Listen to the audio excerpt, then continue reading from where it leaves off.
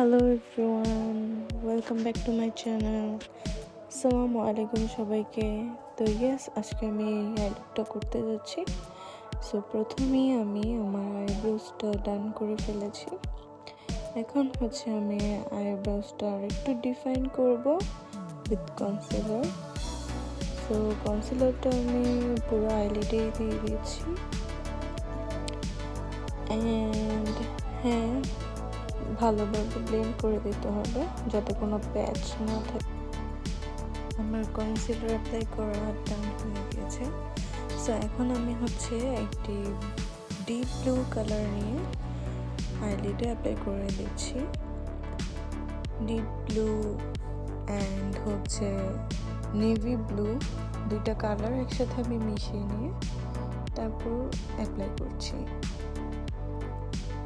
And আমি কিন্তু এখানে ফার্স্টে আমার কালারটা বসিয়ে নিচ্ছি একটু রাউন্ড করে,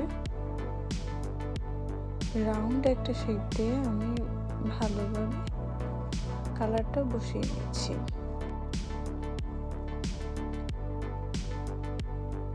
অ্যান্ড আজকের লুকটা একটু স্মোকি হবে, তাই আমি একটু ডিপ কালার ইউজ করছি।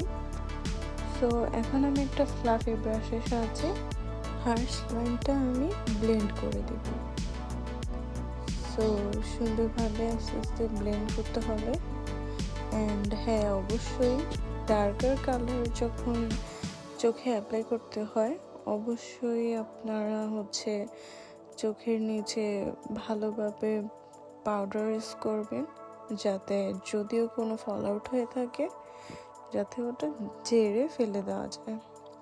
তো এখন আমি একটা ফ্ল্যাট ব্রাশের সাহায্যে একটু কনসিলার নিয়ে নিয়েছি। অ্যান্ড এখানে আমি করছি একটি কাট ক্রিজ, একদম চোখের মিডলে একটি কাট ক্রিজ করছি। অ্যান্ড আমি আদার সাইডেও করে নিচ্ছি। অ্যান্ড কাট ক্রিজটা একটু সুন্দরভাবে ডিফাইন করে করতে হয়, একটু সময় নিয়ে করতে হয়। তো এখন আমি আর একটু ডিপার ব্লু কালার নিয়ে আউটলাইনগুলো একটু স্মাচ করে দিলাম। দেন আমি এখানে একটি শিমারি অ্যাশি টোন এর একটি শ্যাডো নিয়েছি। তো এটি এখানে অ্যাপ্লাই করে দিচ্ছি। অ্যান্ড আমি দুই চোখে অ্যাপ্লাই করে নিয়েছি। দেন আমি একটু লাইট ব্লু কালার নিয়ে আমি আউটসাইডে ব্লেন্ড করে দিচ্ছি যাতে একটা সুন্দর এফেক্ট আসে।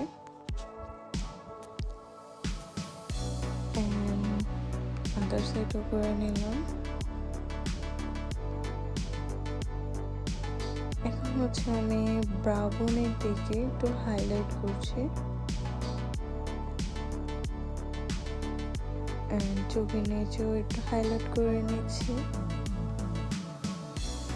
এখন আমি একটি ফ্ল্যাট ব্রাশের সাহায্যে একটু গ্লিটার নিয়ে আইলিডে অ্যাপ্লাই করে দিচ্ছি, যেখানটায় আমি কাট ক্রিজ করেছি শুধুমাত্র ওই জায়গাতে।